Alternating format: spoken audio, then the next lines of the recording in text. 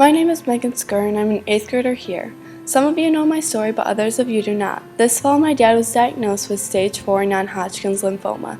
Non-Hodgkin's lymphoma is where cancer is in your lymph nodes, and it is the worst of the two types of lymphoma. All summer long, he would get lots of tests and the doctors could not seem to figure it out. The day before school started, we got the call that one test had come back and it had shown cancer cells in his body. He received chemo treatments every 3 weeks for 6 rounds of treatments. He would go in on Mondays for a full day of treatments, go home with a chemo pump, and finished up with another round in Grand Rapids on Friday. He would carry around a black backpack that would hold his chemo bag for the week, and we would have to find ways to work around it. We took life day by day. We were living on the hopes and prayers of all those who loved us.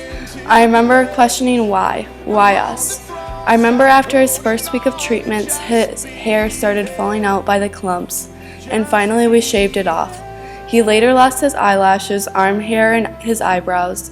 I remember coming home and seeing him on the couch, almost lifeless.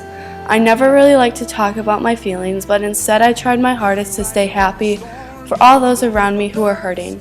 At night, once everyone was asleep, it would just be me and God, and all my emotions would pour out of me. We were all weary from taking care of him and trying our hardest to be selfless.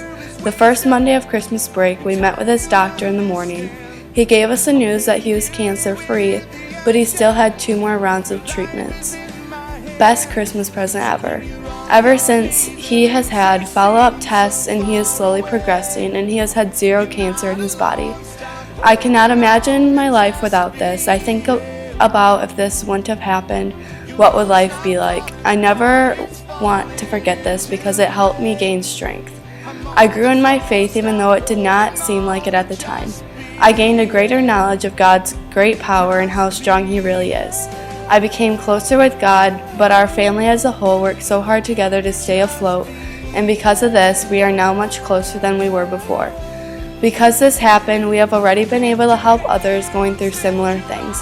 God has blessed us with the gift of life, and we have all learned not to take it for granted. To end this video, I want to share with you Matthew 6, verse 34, which says, "Therefore do not worry about tomorrow, for tomorrow will worry about itself.